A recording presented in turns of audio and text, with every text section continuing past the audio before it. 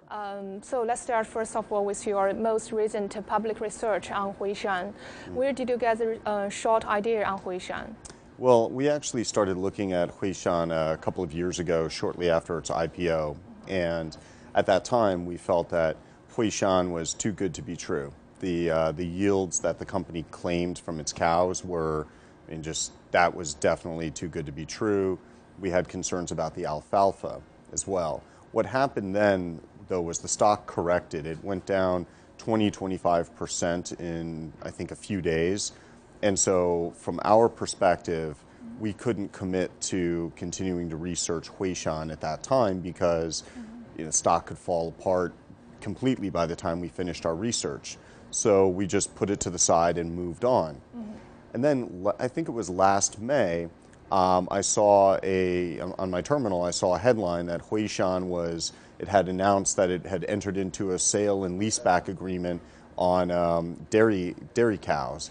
And I laughed out loud when I saw that. It became kind of a little bit of a joke in the office pretty quickly. But then we checked the borrow on Huishan and saw that there was borrow. We looked at the stock chart and we saw that the stock had gone up a lot and then had kind of flatlined at $3, but there was a lot of valuation and market cap there. And so then we thought, hey, the stock evidently, there is a reason to consider shorting the stock, and let's pick up our research from a few years ago and see what we can find on Huishan. So that's how we got here. How much did you borrow at that time? Oh, how much stock did we borrow? I mean, we don't talk about the sizing of our positions, but it's and it was still it's still a difficult stock to borrow. I mean, the interest that we had to pay on the stock that we borrowed was generally about 15-16%. So you don't want to borrow too much for too long, obviously. Yeah, it's not uncommon for you to see the stock's price up and down after your report, but Huishan took like 3 months. Did you expect that? Well, okay, so our strong belief about Huishan before we published is that it was a manipulated stock. So anytime you see a long-term price chart that's a flat line, that's a good indicator that the stock is being manipulated. So now I don't know for a fact who was manipulating it, but anyway, we figured that by releasing the report, what we were hoping to do was we were hoping that there would be so much selling that whoever was manipulating the stock wouldn't have enough money to keep the floor under the stock price. We were wrong. It's quite possible that these people anticipated or were concerned about some sort of report, so they had enough money to keep the floor there. But I knew that eventually, someday, it would break. I didn't know how long it would take to break, and that's the thing with what we do. The analogy that I use to describe short side activism is that we try to knock over a bunch of dominoes. And so we don't know how far the dominoes fall, and we don't know which dominoes are ultimately going to fall. But in this case, the dominoes all did fall. It just took 3 months. You just said you were wrong, but can we say that you were wrong in the case that you lost money in this case? So, I mean, we were wrong about whether we could generate enough selling on that day to overwhelm whoever was manipulating the stock. So we were wrong about that. I just want to make clear, I'm not saying we were wrong about the thesis. Look, it would have been certainly more convenient if the stock had fallen apart closer to our report. I'll allow that. As I said, the borrow fees on the stock are pretty expensive, but overall, I'm very happy with the result. You know the stock has some problem, and you know it's manipulated. If we were like 4 months ago, can you do anything else? Will you change your strategy? Well, I mean, if I went back to May, the thing about every trade, okay, after every trade, you look back and you say, I was either too big or I was too small. We were too small. Okay. And I'm looking forward to your reports on other HA companies. you said that you're going to release a bunch of them. Are they big names? Are they widely traded? So we're looking at a few names in Hong Kong. A few weeks ago when we spoke, I thought that we were quite close to releasing a report, and this happens a lot in my business because we put there's so much detail in our reports, and there's so much information, and we want everything in our reports really. We like to think that they're perfect before we release them. So in this case, it turns out that we got a little bit bogged down in our research, and it's going to take some more time for this one company that I'd been thinking about. But in any event, yeah, I mean, I'd say that the market caps that we're looking at in Hong Kong are usually north of 8 billion Hong Kong dollars. And one of the companies that we've looked at is actually a lot bigger than that in market cap. You said you know which has problem years ago. What about these companies? How did you get the short ideas of these companies? Well, a lot of it is too good to be true. So if margins and profitability are too good to be true, sales growth seems too good to be true, these are the things that raise the initial questions for us. Or if companies don't seem to be subject to a business cycle where they've got down periods and up periods. Those are things that will cause us to look closely. And when you look at financial statements, if you suspect that there could be fraud, the first place that you want to look is actually the balance sheet. And you want to see how the accounts on the balance sheet on the asset side have changed over time. So the reason for this is if I have a company that is reporting fake profits, okay, so I'm making up a lot of my profits, that creates what I call a fake cash problem. Because if I had real profits, I would have real cash. And I could put that in the bank, and then the auditors could verify that that money is in the bank. But what happens when you're reporting fake profits and you have this fake cash problem, you have to come up with an excuse for why you don't have all this cash. So you'll see maybe accounts receivable blowout or an inventory account blowout, or very commonly what we see in China is a lot of CapEx and a lot of acquisitions. And so if we see that, then we really ask ourselves, okay, well, what sort of research would we have to do to confirm whether they're buying legitimate assets or whether there's a good reason for the accounts receivable to blow out versus are they using this to commit fraud? And so then a lot of it for us becomes a question of how, what kind of resources are needed to do this work. And we have to look at it on the other side. Okay, how big of a short position are we likely to take? How much of a fraud do we think this is? Because, to be quite frank, in the world of China stocks, and if you're going to say a company is increasing its revenue fraudulently by 10%, the market doesn't usually care about 10%.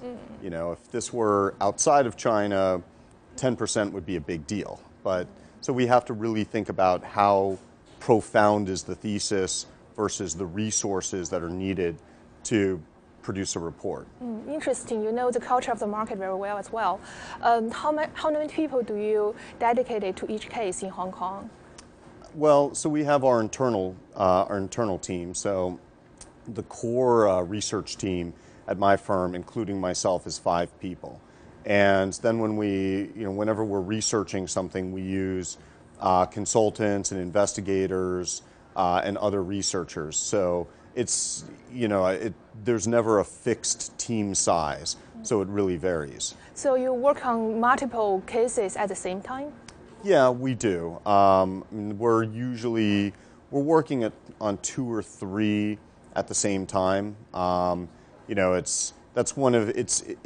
this business, it's actually kind of hard to work on 2 equally well at the same time. So we tend to focus on one, but we'll try to move along 1 or 2 others in the background. The regulators in Hong Kong crack down, like Moody's, Citron. What do you think of that? Well, I think each case had facts that were particular to it. So I don't know that, I mean, what I took away from that was, I mean, we always are very, very careful. There's always more that we know than we actually say, because maybe we don't have 3 sources of evidence for it, only 2, so we won't say that. So when we look at what's happened with Citron and Moody's in Hong Kong, it's just a reminder that we have to, be very, very diligent in what we put in our reports and what we say publicly. Is it because, like in Hong Kong, there is more individual investors than institutional ones? So maybe the shareholders need more protection, so they want to protect the individual investors more. So that's why they tighten their regulations. Well, that's an interesting question as to why. I don't really. I mean, you can look at Hong Kong and say there's some things that Hong Kong does that are protective of shareholders. And you can also look at it and say, well, there's some other things where there are markets outside of Hong Kong that are more protective of individual shareholders. So I really don't know the policy reasons behind what they did. I just know that that's the playing field in Hong Kong, and you have to respect that. We are now at NASDAQ. Like 2 decades ago, a lot of Chinese companies took pride in ring the bell here. And a lot of US investors, they chase after every Chinese concept, and that all changed. A lot of people say that you play a very important role in the change. What do you think? Well, yeah, I think that's somewhat accurate. But what also has to be considered is that a lot of the companies that listed here a lot of them were frauds. So what we did was, it wasn't to make people say, oh, I hate everything that comes out of China, but it was to say a lot of these companies have problems. There have clearly been gaps in the system that's supposed to regulate these companies and protect investors. And so I think what we did was we caused a lot more scrutiny to be placed on these companies. And the change was profound, because my impression, say from 2010 before that, is that in China, US investors were kind of a joke, because we were considered to be so gullible, and we just believed everything. These companies would come to the US and say, oh, well, Chairman Wang has this thing called guanxi, which means connections. And American investors would just say, oh, guanxi, that explains why he can grow his business much faster than everybody else in the history of this industry has. And so what we did was, I think we opened up investors' eyes so that they looked at those, when they heard statements like those, they just said, you know what, I don't think this is true. And so I think that was the big change that we helped drive. But nowadays, do you think the US investors are too sophisticated in Chinese companies? Because I do came across investors in the US, they will not touch upon any Chinese companies. Like before Alibaba's IPO, people say, oh, I know this is a good company, but I will not buy it. Well, I think that some of the things that also complicate it for US investors, so there are a couple of things that I think are issues that have remained unaddressed. One is the structure, the legal structure that a lot of these companies have when they list in the US. They are what we call VIEs, or variable interest entities, which means that as the shareholder of the list company, you actually don't own the main operating business. And I think that's a very dangerous situation. Now, to be fair, that a number of these VIEs, they have gone private, and even though in reality the chairman and whoever brings them private could have just taken the operating business out from underneath the public shareholders, to be fair, almost all of the time the public shareholders have gotten paid. There have been a couple of instances where VIEs have just been robbed of their assets, but those were generally smaller reverse merger companies. But I think the VIE structure, I do think that's an issue. I have ideas on how to address it, but I don't think the investment banking industry here would find those appealing. The second issue really does come down to how much politics and business are mixed in China. I mean, it's very, very, even for Chinese business people, it's difficult to understand and predict the environment.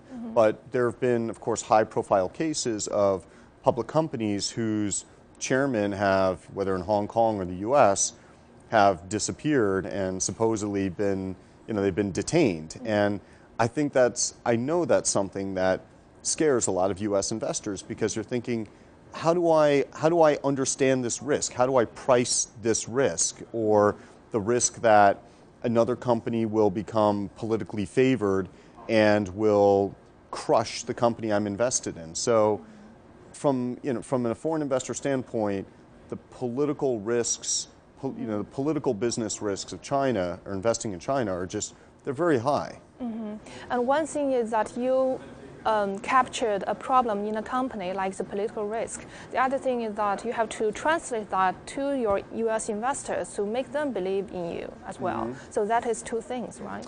Well, I mean, we don't look at political risk when we're, I mean, that's not really what our short theses are based on. I mean, we've seen situations in which, I'd say, if you look at a company that we shorted in 2013, NQ Mobile, Wang Qi. Yeah. So that was one where it's a company that clearly did not have political protection, because CCTV had done an expose on it, accusing the company of cheating its customers. So that's one that we felt more confident shorting, because one thing is, in our position, we're sometimes worried that there'd be people who would really look to protect the company and help cover up the truth. And if the truth gets covered up, the stock might not go down and we might not make money. So that's something that we give a little bit of consideration to. But in general, when we communicate our theses really are, hey, this company is a fraud. We think at least this much revenue is fake. This undisclosed related party that is the main supplier or customer is not a real business. Here's the evidence. I mean, that's really our core way of putting together a China short. Your father used to be a long investor. If he came up to you and said, I want to buy Alibaba, what kind of advice would you give him? I would say, that Alibaba is a bit of a tough one for me. Look, there's a lot there that's genuinely impressive. Okay, I had a real world business in China before I started Muddy Waters, and I can tell you how difficult it is to scale a business anywhere, but especially China. And so Ma Yun has done an amazing job building that company. That's on one hand. On the other hand, you have political risks, and I know sometimes, people in the U.S. will say, yeah, I'm a little worried about Baba, it's so big and powerful. I wonder, if that's sensitive in China. I don't know. It very well could become sensitive. I don't know how to handicap that risk. And then on the other hand, yeah, there's an element of Baba that's too good to be true. And so if my father asked me for my advice, I guess I would just say, look, talk to somebody else. I don't have an opinion. Is there any Chinese companies right now listed here in the U.S. Raise your eyebrows? You think you want to do a research on them? There are companies, when we look in their filings, we'll see yellow flags or red flags, and that we'll think to ourselves, these companies are probably frauds. But the issue for us is that the bar. Okay, so if you're sitting around watching us talk about a given company that we've started researching, the bar for us to say this is a problematic company, let's say that bar is here. We're all skeptical people in my firm. We've been doing this for years, but the bar to convince the long shareholders to sell is much higher bar. Yeah. So the question that we have to ask is whether we think that within our resource budget, we can meet that bar. That's a different question. So yeah, we'll see these companies that are suspicious, but a lot of them we just say, I don't know how we would prove it to the satisfaction of the shareholders. Recently, you published an article on U.S. market is more likely to default. So can you maybe elaborate more on that idea? Sure. So I'm sure most of your viewers are aware that right now the politics in the U.S. are not exactly smooth. The Trump rally. Yeah. Well, yeah. We had the Trump rally, but the thing is, what nobody's talking about in the U.S. is that we have hit what we call the debt ceiling. Yeah. And so the U.S. government is not able to issue net new debt above this level. And so Treasury only has so much cash on hand. And that money, without our ability to borrow, which we already passed the debt ceiling middle of March, without the ability to borrow new money, so in order to borrow more, Congress has to raise the debt ceiling. And in the past 5 years, we've had that situation twice, and it's gone down to the wire. It's been very close in the past to where the Treasury ran out of money and was not able to make interest and principal payments on the debt. Fortunately, in the past, enough people from both parties came together and they raised the debt ceiling. But what's interesting here is that a lot of people assume that because the one party now controls the White House and each of the two houses of Congress, a lot of people assume that it won't be a problem to raise the debt ceiling. Sure. But I think it will be a problem because within the Republican Party, you have these factions that are very divided. And there's a faction in the Republican Party called the Tea Party.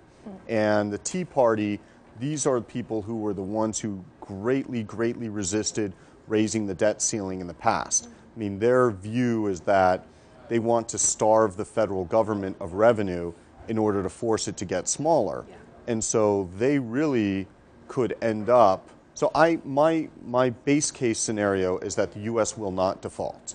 I think enough cooler heads will prevail and will avoid a default. But I think we get closer to a default than we have in the past, and a default is a real risk because if the Tea Party people cannot, if enough of them don't change their minds about not raising the debt ceiling, I don't think the Democrats are going to help the rest of the Republicans raise the debt ceiling. I think the Democrats would rather watch the Republicans commit political suicide than help them out. And a lot of people think that we are now in a very dangerous late bull market. A lot of stocks are boosted by unnaturally cheap money. So does that mean an easier environment for you to have a short idea? Yeah, I mean, so probably the number of bad companies that are out there is the same as it's always been, but the difference is you've got more bad companies with real market caps now than you used to have. So from a short seller's perspective, that's a positive. But on the other hand, with the market just constantly going up, it's actually pretty frustrating. And people seem to have forgotten about volatility. And the thing that amazes me the most is when you look at the implied volatility of the market, it's so low despite all of these massive geopolitical tremors, if not earthquakes, that we're having. So, and from a short seller's perspective, I guess if you don't think, I mean, volatility has to pick up in order for some of these short theses to play out. Because otherwise, if everybody is really complacent and the market just keeps doing this, a lot of the stocks that should fall won't fall. The return is pretty good, like 16%. So is this much more or less than Muddy Water Research? So for legal reasons, I can't comment on performance. You might have been referring to the flagship fund that we launched on August 1st of last year. And so that had less than half a year of performance. But we were very happy with the performance of that and our day one fund as well. So yeah, in terms of, is it similar to the returns that we produced before? Yeah, somewhat. I mean, obviously in the first 1 to 2 years of my business, we used more options because we had less money, and you could make 200% a year. So can't compare, can't compare to those periods. But generally, I like to put up about, this was pre-managing money on my own money, I would try to put up about 30% a year. That would be a decent year. And you took like $100 million money from outside, and you say you will never take more than $500 million. Why is that? Well, for what we do as short activists, it's very limited capacity, and even 500 is, I think, too high for what we do. So I don't know what the limit is. The other thing that we can do, if we come across a trade that's particularly that has a lot of capacity, we can always take in more money for purposes of that trade. But I think day in and day out, probably don't want to be too far above $200 million. That's my feeling at this point. I look at the research saying that assets under hedge fund that is targeted on short companies is only like $5.5 billion. That's relatively very small. So is the circle very small? Do you all know each other and talk? I think a lot of us know each other. It is a very small and shrinking universe of short sellers. I mean, talking, occasionally. I mean, I sit in San Francisco, so obviously most funds are here in New York. London has a lot. I don't speak or socialize that much with fund managers and analysts who are based in London and New York. So, but yeah, just like anything else, I mean, people within the industry, they talk to each other. I mean, at varying amounts. What do you enjoy right now? For example, in the past, you said that you enjoy investigate into a company, you enjoy the field work, and now you don't do that. And here, the hedge fund society is here in New York and London, but you are not here. So, what's the most enjoyable time in your life like? Heavy is the head that wears the crown. I now have a bigger business, and I do a lot of what I call principling. It's not a real word, but it's my version of saying that I have to act as principal. So running a business that is now bigger, especially regulated business, there's a lot of time I spend on legal. There's a lot of time I spend on just talking to vendors or potential strategic partners, marketing. So there's a lot that I do these days that's not directly involved in the research. And the problem, I really like doing the research, and I also like a lot of what I do as a principal as well. It's just the biggest problem I have is that it's two different speeds of thinking. Your brain runs at two different speeds. So if I'm marketing, or I'm talking to a potential client, or if I'm doing an interview with you, my brain is running at somewhat of a faster speed. But to do research, really close the door and just read through a bunch of filings from earliest to latest, that requires a lot of uninterrupted time where your brain can move very slowly and you pay attention to details. And I get sometimes a couple hundred emails a day. I mean, it's very difficult to do these things now. So it's like any other business that's evolved. I become a little bit less in the operations and more of a manager. Thank you so much, Carson. Thank you. Thank you.